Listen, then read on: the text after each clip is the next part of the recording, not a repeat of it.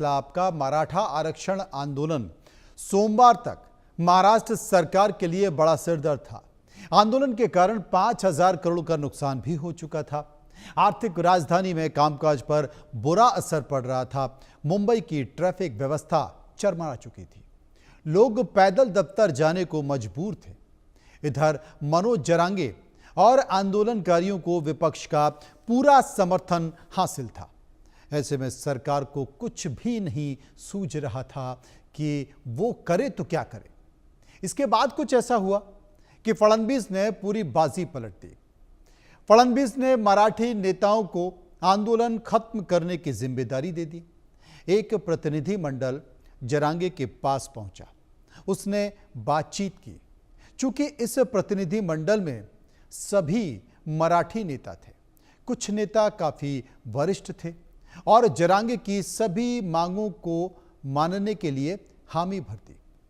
जिस हैदराबाद गजेटियर की बात जरांगे कर रहे हैं, सरकार ने उसके लिए जीआर यानी कि शासनादेश भी जारी करने की बात की। साथ ही फडणवीस ने आंदोलन को लेकर संयम भी दिखाया, क्योंकि जरांगे ने फडणवीस को गिरगिट तक कह दिया था। लेकिन फडणवीस की ओर से कोई पलटवार नहीं हुआ। राहत की बात रही कि जरांगे ने अनशन खत्म कर दिया और इस तरह विपक्ष के हाथ से फिलहाल सियासी फायदा उठाने का मौका भी निकल चुका है। बड़ा सवाल यही है कि आरक्षण आंदोलन पर तकरार से आखिर किसकी जीत हुई है, किसकी हार हुई है, क्योंकि फडणवीस पहले इस आंदोलन के औचित्य पर ही सवाल खड़े कर रहे थे, लेकिन अब वो आरक्षण देने की बात कर रहे हैं। एक रिपोर्ट देखिए।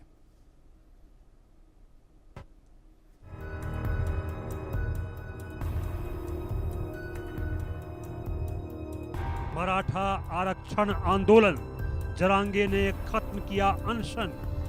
आरक्षण पर जीआर का इंतजार, क्या खत्म होगी तकरार? हैदराबाद गजट का हवाला, क्या ओबीसी में शामिल होंगे मराठा? मराठा आरक्षण की रार, किसकी जीत किसकी हार? मराठा आरक्षण आंदोलन पर क्या फडणवीस ने 24 घंटे में पूरी बाजी पलट दी? क्या मनोज जरांगे के अनशन खत्म करने से विपक्ष चारों खाने चित हो चुका है? दरअसल महाराष्ट्र के मुख्यमंत्री देवेंद्र फडणवीस की अगुवाई वाली महायुति सरकार ने मनोज जरांगे की लगभग तमाम मांगों को मानकर आरक्षण आंदोलन को शांतिपूर्ण ढंग से खत्म करा लिया है। बुधवार की सुबह तक मुंबई का आजाद मैदान और तमाम सड़कें खाली हो जाएंगी। सीएम फडणवीस एक बार फिर अपने समंदर वाले अंदाज में विपक्ष पर भारी पड़ते दिखे हैं। देखिए, मुझे इस बात की खुशी है कि आज ये अनशन यहाँ समाप्त हुआ है और विशेष रूप से मैं बधाई देना चाहता हूँ हमारी कैबिनेट सब कमेटी को, जिन्होंने इसके ऊपर बहुत अच्छा कार्य किया, और मेरे दोनों साथी उप मुख्यमंत्री एकनाथ शिंदे जी और उप मुख्यमंत्री अजित पवार जी, इनको भी मैं धन्यवाद देना चाहूंगा कि उन्होंने भी इसमें पूरी मदद हमको की है और हम लोगों ने इसमें से मार्ग निकाला है। सवाल है कि सरकार ने कैसे मार्ग निकाला और कैसे आरक्षण मिलने का रास्ता साफ होगा। सारा खेल हैदराबाद गजेटियर पर जुड़ा है। जो उनकी सबसे अहम मांग थी कि हैदराबाद गजेटियर को लागू करना चाहिए, उस मामले में हमारा कोई दूसरा मत नहीं था, लेकिन उस मांग के साथ उनका जो कहना था कि इसको एक साथ सभी को आप लागू कर दीजिए, तो हमने उनको ये समझाने की कोशिश की कि आरक्षण जो होता है वो समूह को नहीं, वो व्यक्ति को होता है। व्यक्ति को आरक्षण मांगना पड़ता है, इसलिए इस प्रकार का निर्णय नहीं हो सकता। उसके लिए कोई न कोई सबूत देना पड़ता है। सबूत के तौर पर ये हैदराबाद गजेटियर काम में आएगा। आरक्षण पर कोर्ट का रुख भी साफ है, इसको लेकर भी सरकार ने रास्ता निकाला है। क्योंकि हैदराबाद गजेटियर में जब उनके दादा परदादा का नाम ये कुणबी जाति में अगर रहेगा तो उसका फायदा उनको मिलेगा और नियम के अनुसार उनको उसका सर्टिफिकेट मिलेगा, उनको आरक्षण मिल पाएगा। उन्होंने भी कल एक प्रकार से इस बात को स्वीकारा कि सबको एक साथ, जिसको उन्होंने सरसकट कहा था, वो नहीं हो सकता है, क्योंकि कोर्ट का आदेश वैसा नहीं है। कोर्ट के आदेश के खिलाफ अगर कोई कार्रवाई करेंगे तो कोर्ट उसको खारिज कर देगा। उन्होंने भी वो स्वीकारा, तो हमारे लिए फिर मार्ग आसान हुआ और हमने हैदराबाद गैजेटियर को लागू करने का निर्णय वहां पर लिया है, जिसमें पुराने रिकॉर्ड्स ये सारे मिलेंगे और उन रिकॉर्ड्स में जिनके खून के रिश्ते में अगर इस प्रकार से जाति का उल्लेख मिलेगा तो उनको उसका फायदा मिलेगा, जिसके कारण मराठा समाज को मुझे ऐसा लगता है कि बहुत फायदा इसके कारण। सोमवार की शाम तक मनोज जरांगे पाटिल का मराठा आंदोलन उनके लिए बड़ा सिरदर्द बनता दिख रहा था। इसकी मुंबई में मराठाओं की उपस्थिति से बिगड़े हालात और विपक्ष का जरांगे को बढ़ता समर्थन था। राजनीतिक प्रेक्षक भी मान रहे थे कि फडणवीस कैसे इस चुनौती से आखिर निपटेंगे, लेकिन मंगलवार को बॉम्बे हाईकोर्ट में सुनवाई से पहले ही फडणवीस ने पूरी बाजी को पलट दिया। यह सही है कि सरकार ने मनोज जरांगे की 8 में से करीब 6 मांगे मान ली हैं। जरांगे ने जीआर मिलने के बाद अनशन खत्म करने का ऐलान भी कर दिया। मराठा आरक्षण आंदोलन के लिए मंगलवार का दिन आखिरकार मंगल साबित हुआ। हालांकि अनशन खत्म करने के लिए मनोज जरांगे की कुछ शर्तें थी। इनका कहना था कि आरक्षण आंदोलन से जुड़े प्रदर्शनकारियों पर दर्ज मामले वापस लिया जाए। मराठा आरक्षण आंदोलन के दौरान मृतकों के परिजनों को 1 हफ्ते में मुआवजा मिले और सरकार 2 महीने में जीआर जारी करे। सीएम फडणवीस ने मनोज जरांगे पाटिल की मांगों और उनके सीधे प्रहार वाले बयानों पर संयम बनाए रखा। जरांगे ने फडणवीस की तुलना गिरगिट से की, लेकिन मुख्यमंत्री ने कोई प्रतिक्रिया नहीं दी। मुंबई में जिस तरह के हालात थे, उसके बाद फडणवीस ने सूझबूझ से काम लिया। सरकार ने 17 गजट के लिए जब समय मांगा तो जरांगे ने 15 दिन की बजाय 30 दिन का समय दे दिया। मंच पर मौजूद शिवेंद्र राजे भोसले का जिक्र करते हुए जरांगे ने कहा, जब राजे कहते हैं तो मानना ही पड़ता है। 17 गैजेट को अमल में लाने से पहले सरकार ने कानूनी अड़चनों को दूर करने के लिए समय लिया है। सभी मराठा को कुणबी मानने की मांग पर फैसला शिंदे समिति की रिपोर्ट पर लिया जाएगा। इसके अलावा आंदोलन के दौरान पुलिस फायरिंग में मारे गए मराठाओं को परिवार को सरकार नौकरी देने पर सहमत हो चुकी है। इसके अलावा मुंबई आने पर किए गए चालान और दर्ज मुकदमे भी वापस लिए जाएंगे। सरकार इस संबंध में आदेश जारी करेगी। मराठा आरक्षण आंदोलन की वजह भी समझिए। महाराष्ट्र में मराठा आबादी 33% यानी करीब 4 करोड़ है। इनमें से 90 से 95% लोग भूमिहीन किसान हैं। खुदकुशी करने वाले किसानों में 90% मराठा समुदाय से आते हैं। सन 1997 में मराठा संघ का आरक्षण के लिए पहला आंदोलन हुआ था। मराठा उच्च जाति के नहीं बल्कि कुणबी हैं, ये प्रदर्शनकारियों का कहना है। कुणबी समुदाय को राज्य में ओबीसी का दर्जा है, इसलिए मराठा समुदाय को भी ओबीसी में शामिल करने की मांग चल रही है। बता दें कि जरांगे के आंदोलन के बाद बने हालात के आकलन के बाद फडणवीस काफी एक्टिव थे। उन्होंने बीजेपी के राधाकृष्ण विखे पाटिल की अगुवाई में एनसीपी अजित पवार गुट के मानिक राव को काटे, बीजेपी के शिवेंद्र राजे भोसले और एकनाथ शिंदे गुट के उदय सामंत और बीजेपी के जय कुमार गोरे का प्रतिनिधिमंडल बनाया। इन पर आंदोलन खत्म करने की जिम्मेदारी सौंप दी। सीएम ने ही इन्हें मनोज जरांगे के पास भेजा था। सभी मराठा नेताओं का भेजने का दांव सही रहा। इसमें राधाकृष्ण विखे पाटिल काफी सीनियर नेता हैं। फडणवीस ने इन नेताओं के साथ पहली मीटिंग की थी। मराठा आंदोलन में मनोज जरांगे पाटिल की मांगों को मान करके फडणवीस ने उस परसेप्शन को ध्वस्त कर दिया है, इसमें यह कहने की कोशिश की जा रही थी कि वह मराठा विरोधी हैं। Bureau report, India news.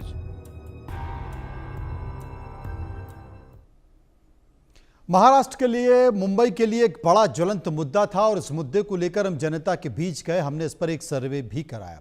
सर्वे में कुछ सवाल पूछे। पहला सवाल, मराठा आरक्षण आंदोलन पर आपकी राय क्या है? 48% लोगों ने कहा यह आंदोलन बहुत जरूरी था।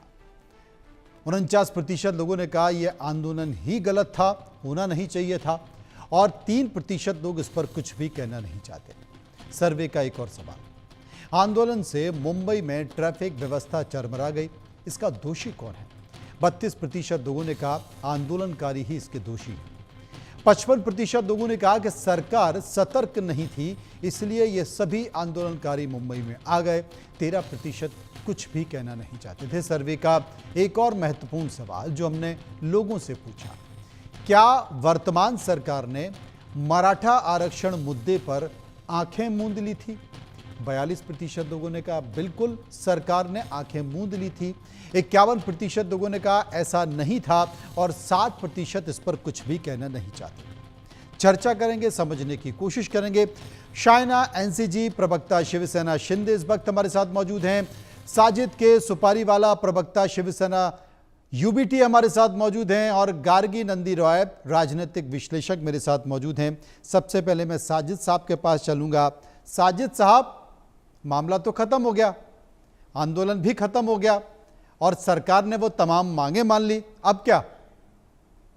देखिए, हम तो वैसे भी कभी भी ये सब मुद्दों पर राजनीतिक रोटियां सेकने वालों में से नहीं है। हम क्या उद्धव बात बाला कर रहे साहब हो? ठाकरे हम उद्धव बाला साहब ठाकरे के शिवसैनिक है। हमें जो हक लगता है, सही लगता है, हम उसके लिए खड़े रहते हैं। खास करके मराठा समाज के लिए बाला साहब ठाकरे ने हमेशा आवाज उठाई है कि आजकल के लोग जो आके बोलते हैं बाला साहब ठाकरे की सिद्धांतों को हम लेके चल रहे, वो उद्धव बाला साहब ठाकरे के तो खून में है, उनको सिखाने की जरूरत नहीं है।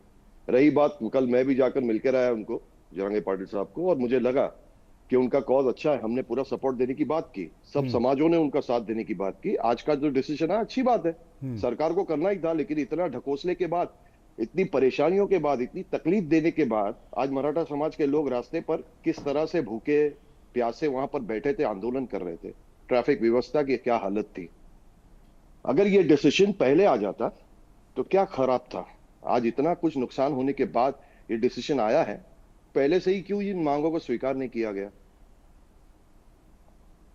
साजिद साहब, ईमानदारी से बताइएगा, जब आपकी मुलाकात हुई थी मनोज जरांगे साहब से या वहां पर जितने भी लोग बैठे थे, आपकी और उनकी क्या बातचीक हुई? आपने क्या कहा कि आपको चले जाना चाहिए, मुंबई के लोगों को परेशानी हो रही है, या आप बैठे रहो, चिंता मत करो, हम लोग आपके साथ हैं? हमने कहा सच्चाई की जीत होगी।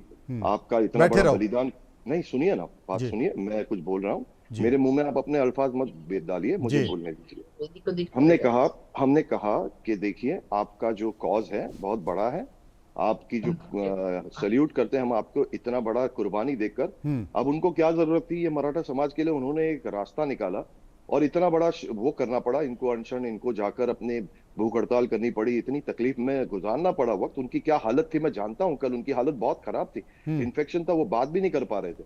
मैंने कहा कि हम शिवसेना यूबीटी का तो है ही है, लोगों का, सभी समाजों का आपके साथ है हम लोग, और हम चाहते हैं कि सरकार आपकी मांग पूरी करे।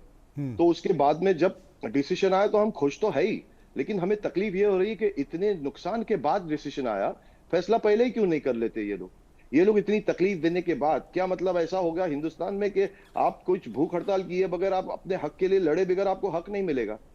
तो ये डेमोक्रेसी है, इसमें सबको हक है हर चीज का। संविधान में जो आरक्षण का जो मुद्दा था और जिस तरह से संविधान में हक है वो हासिल करने का सब नागरिक को हक होता है। तो इसमें इतना परेशान करके, इतना लोगों को तकलीफ देने के बाद होकर मुझे तो बड़ा अफसोस है इस बात का। खुशी इस बात की है कि चलो हमारे मराठा भाइयों का एक अच्छा भला हुआ और हम उसके साथ हैं और हम बड़े खुश हैं उसके लिए। और जो डिसीजन आए हैं उसके अंदर अभी आगे जाकर क्या होता है, इन मांगों को किस तरह पूरा किया जाता है, उसके ऊपर भी हमारी निगाहें कड़ी तरीके से, बिल्कुल सही तरीके से हमारी नजरें गड़ी हुई है।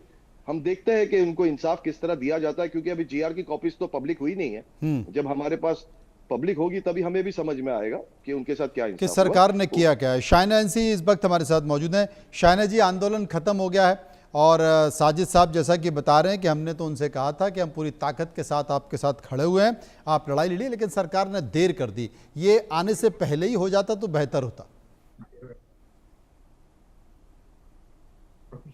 सर्वप्रथम तो मैं प्रदेश के मुख्यमंत्री देवेंद्र फडणवीस, हमारे नेता एकनाथ जी शिंदे, अजीत पवार को धन्यवाद देना चाहती हूँ, क्योंकि सभी ने 50 साल रिजर्वेशंस को लेके और मराठा आरक्षण को लेके लिप सर्विस पे किया, जिसमें हमारे उबाटा सेना के उद्धव ठाकरे जी सर्वप्रथम आगे थे, क्योंकि जब मुद्दा आया मराठा आरक्षण को लेके सुप्रीम कोर्ट में, वहां उन्होंने सही डॉक्यूमेंट्स तक नहीं पेश किए। अभी 6 दिन के ये आंदोलन के बाद ये एक कॉम्प्लेक्स लीगल मैटर है और ये रिजर्वेशन कैसे महायुति की सरकार ने एक प्रस्तुत किया है, मैं सबके सामने ज़रूर रखना चाहती हूँ।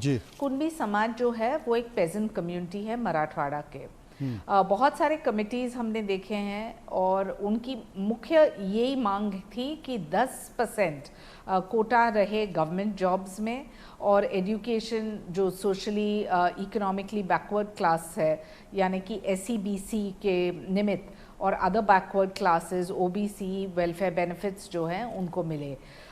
ये एजिटेशन जहां मनोज जरांगे जी ने अपनी मांगे रखी, वहाँ सरकार ने ये स्पष्ट बता दिया है कि कोई भी लीगल पजल हो ना हो, आपको जो आपके जॉब्स चाहिए, रिजर्वेशन चाहिए, आपको एविडेंस सिर्फ पेश करना पड़ेगा कि आप उन भी कम्युनिटी को बिलोंग करते हैं, और ये इन्वेस्टिगेशन के बाद जैसे अप्रूव होता है आपको ये सर्टिफिकेट तो आपके गांव में ही मिलेगा, तो आपको यहाँ शहर में भी आने की आवश्यकता नहीं है।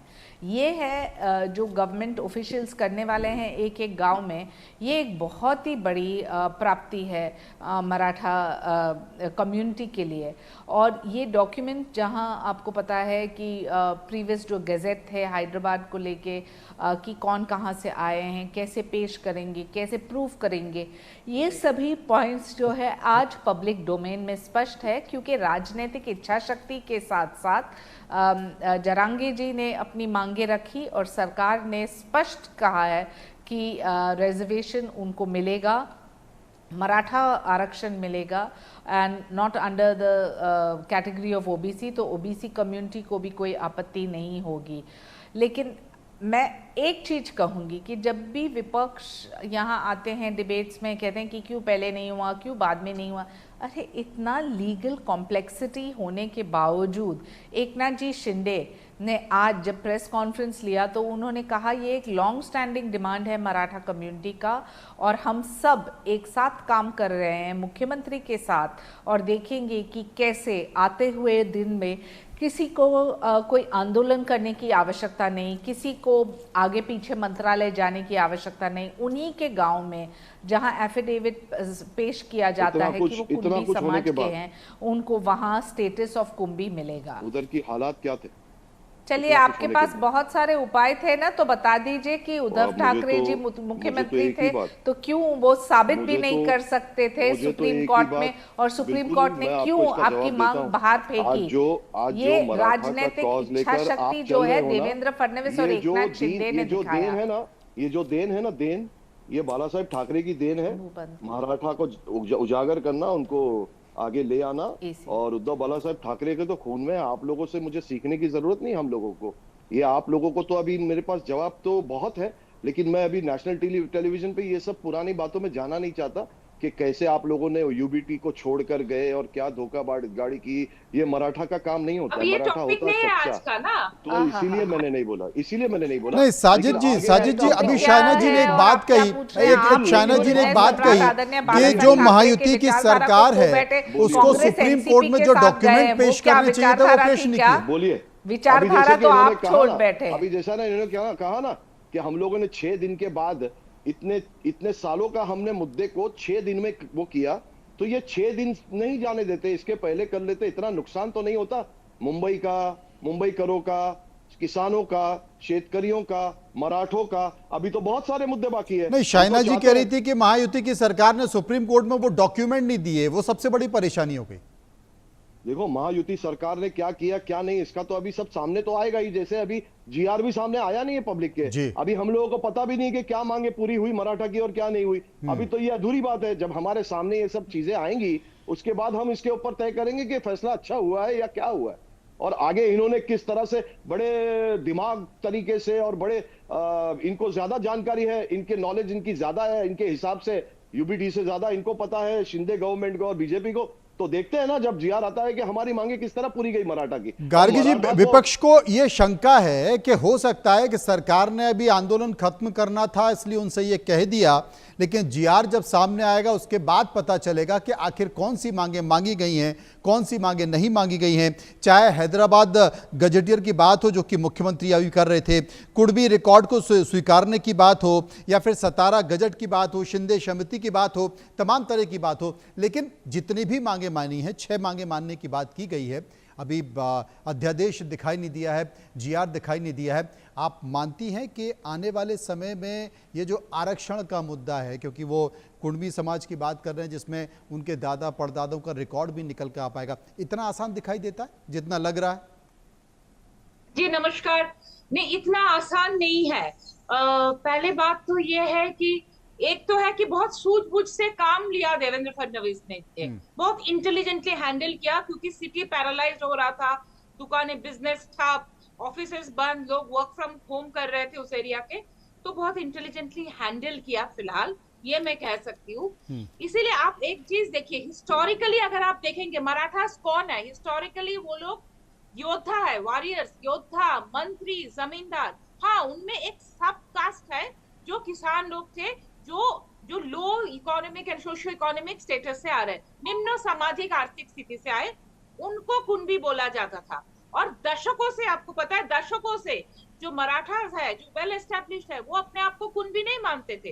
तो एक ब्लैंकेट सबको कुणबी दे देना पॉसिबल नहीं था, इसीलिए ये इशू बहुत ही कॉम्प्लेक्स था, इशू बहुत कॉम्प्लेक्स था। और दूसरी बात, ये जो हैदराबाद गैजेटियर 1918 के 1918 के, जो तब निजाम के अंडर हैदराबाद में कुछ पोर्शन आता था मराठवाड़ा का, तब भी मराठाओं के कुछ कम्युनिटी को ही कुणबी मिला।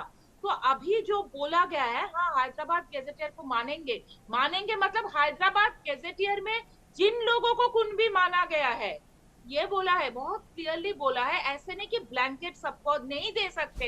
कैसे आप बताइए, 27% ओबीसी का है महाराष्ट्र में, के ओबीसी के बाद एक एसबीसी को दिया जाता है, ऊपर से महाराष्ट्र में आपको जो नोमैडिक ट्राइब्स, उनका nomadic tribe A B C D, विमुक्त जाति, वनजारी, कितने सारे रिजर्वेशन है, एसीबीसी है, तो आप कितना देंगे? आप तो 50% के ऊपर नहीं ले जाएंगे। ऊपर से जो ओबीसी लोग है, वो लोग बोल रहे हैं 27% उनका जो है, उनमें से अगर दिया जाए तो वो लोग प्रोटेस्ट करेंगे। So it's a very difficult, complex legal issue, complex issue सरकार के पास। तो बहुत ही कूलली मुझे लगता है हैंडल किया गया है, और बहुत सुंदर से बोला कि जो 1918 का जो हैदराबाद गैजेटियर, अगर जो लोग मांग रहे, उनके दादा परदादा, उनके पास डॉक्यूमेंट्स है, वो गांव में निकलेंगे। अभी जो कमिटी फॉर्मेशन होंगे, कमिटी जो देखेंगे जाके गांव गांव में, अगर है तो उनको मिलेंगे। तो इसका मतलब वो लोग थे, वो किसान थे, सब कास्ट थे, तो उनको मिलेगा, उनको जो चाहिए उनको मिलेगा। लेकिन ये ब्लैंकेट मराठवाड़ों में सबको सबको नहीं मिल सकता है। आप तो 50% के ऊपर नहीं जा सकते, फिर ओबीसी लोग गुस्सा हो जाएंगे, वो लोग फिर कल रास्ते में उतर जाएंगे। ये क्या है बताइए? आप एक बात बोलिए, ठीक है आपको चाहिए, आप बैकवर्ड थे, लेकिन ये क्या है कि आप अगर 2000-5000 लोगों को इकट्ठा कर सकते हैं, आप एक शहर को, पूरा कमर्शियल हब को पैरालाइज कर देंगे। ब्यूरोक्रेट्स भी क्या है, मराठास यहाँ पे स्ट्रॉन्ग है, 28% के ऊपर है उनका पॉपुलेशन, तो एक बहुत ही स्ट्रॉन्ग वोट बैंक है। तो गार्गी जी, ये तो कहा जाता है ना, गार्गी जी ये कहा जाता है कि सरकार ऊंचा सुनती है, और सरकार को सुनाने के लिए आपको सड़कों पर आना पड़ता है, आपको आंदोलन करना पड़ता है, उसी के बाद सरकार सुनती है। अब जैसे साजिद साहब हैं, आज भले ही विपक्ष में बैठे हैं, लेकिन सरकार में जब थे या फिर केंद्र की तमाम सरकारें, उनके खिलाफ इस तरह के आंदोलन होते रहे हैं। आज उन्होंने आंदोलन किया, मुंबई घेरी, तो सारी बातें मान ली गई। इसके पहले लगातार वो बातचीत कर रहे थे, मांगे नहीं मानी गई थी। एक साल पहले मनोज जरांगे ने कहा था कि हमारा अगला आंदोलन मुंबई के आजाद मैदान में होगा।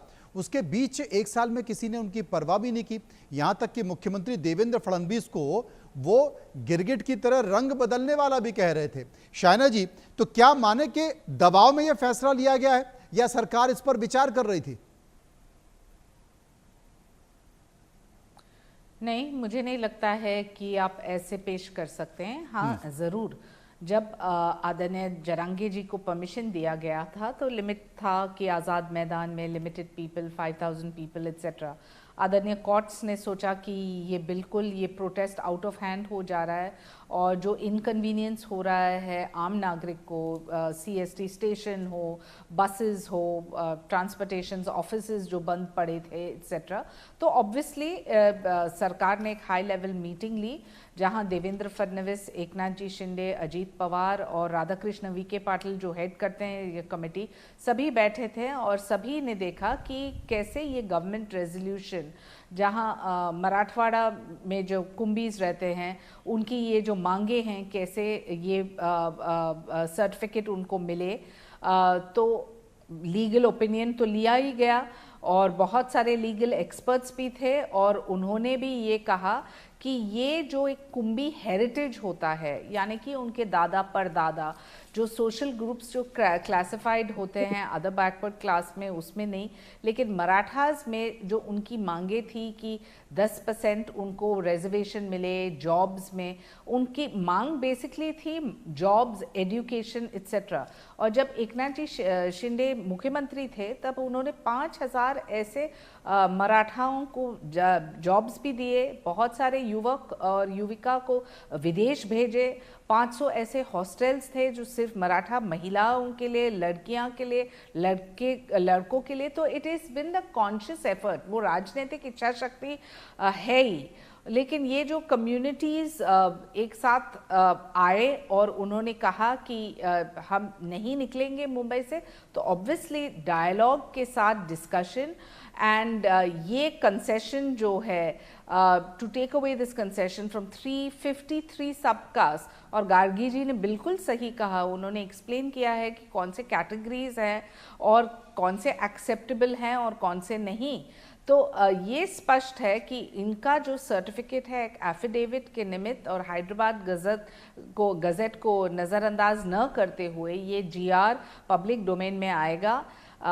हैदराबाद गज़ेट हो जहां granting the Kumbhi community Maratha का स्टेटस जो है और मराठवाड़ा का जो रीजन पर्टिकुलरली जो बहुत पिछड़ा है, वहाँ ये देखना कि सही मायने में सभी स्टेक होल्डर्स को साथ मिले।